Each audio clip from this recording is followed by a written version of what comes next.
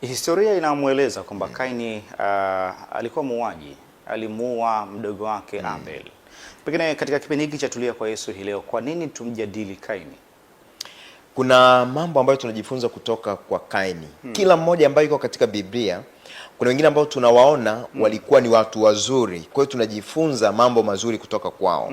Lakini tunaona wengine walifanya vibaya.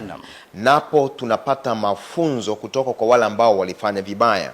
Kama Kaini ambaye alikuwa ni mzaliwa wa kwanza, ambaye baba yake alijitabainisha kwamba amempata kwa Mungu, ila tunaona ya kwamba baadaye anakuja kufanya mambo mabaya. Anapozaliwa ndugu yake na wanatoa sadaka kwa Mungu, tunaona ya sadaka ya ndugu yake inakubaliwa, ya kwake haikubaliki. Mwisho wa yote anafanya nini? Anamuua ndugu yake. Tuyatazame mahusiano baina ya Kaini na Abel kabla ya mauaji. Yalikuwa ni mahusiano ya namna gani, huyu mtu na mdogo ambao tunawazungumza leo? Kuna siku hapa nilizungumza ya kwamba mafanikio ulio nayo yanategemea mambo matatu. Sijui kama unayakumbuka rafiki yangu, lakini jambo la kwanza tulisema ya kwamba ni uwezo wa kuzungumza, jambo la pili ni uwezo wa kuandika, lakini jambo la tatu ni ubora wa mawazo yako. Lakini tukaona ya kwamba hayo yote yanategemea reading, kusoma.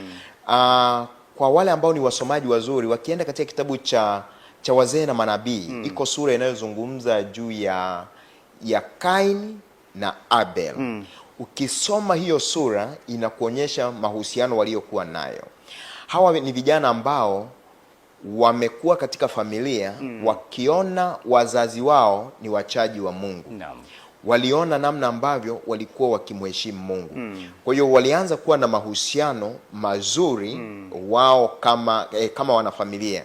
Lakini changamoto inakuja kutokea baada ya kuwa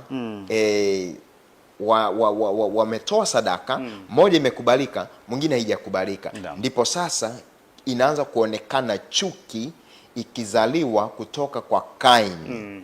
Pengine alikuwa na hiyo tabia, ila alikuwa akiificha. Sasa katika kukubalika kwa Abel, sadaka yake kukubalika na yeye mwenyewe kukubalika. Haikukubalika sadaka peke yake, alikubalika yeye na sadaka yake. Alipoona hayo, ndipo chuki inaanza kuinuka dhidi ya ndugu yake. Huyu mwanaume alikuwa kiboko kwa sababu yeye alikuwa akisikia sauti ya Mungu moja kwa moja. Mungu anamuuliza Kaini, umefanya nini juu ya ndugu yako Abeli? Kaini anajibu kwamba kwani mimi ni mlinzi wa ndugu yangu. Ni mlinzi wa ndugu yangu. Jibu hili linatufunza nini leo? Kaini namna ambavyo anamjibu Mungu, hii inatupatia funzo kubwa sana ya kwamba tunapaswa kuwajali ndugu zetu. Tunapaswa kuwa walinzi wa ndugu zetu. Mungu anamuuliza vizuri, ndugu yako yuko wapi? Yeye anasema, kwani mimi ni mlinzi wake? Sisi ni walinzi wa kuta za Zayuni. Sisi ni walinzi wa kuta za Sayuni. Sisi ni walinzi wa ndugu zetu. Unapomwona ndugu yako anatanga mbali, unapaswa kumrudisha kwa Bwana. Hupaswi kumwacha aende mbali, mrudishe kwa Bwana. Ila isivyo bahati, wengi wetu tunamwona ndugu yetu anatanga mbali, badala ya kumrudisha kwa Bwana, tunaanza kumsema vibaya, na wengine tunafurahia yeye kutanga mbali na Mungu wetu.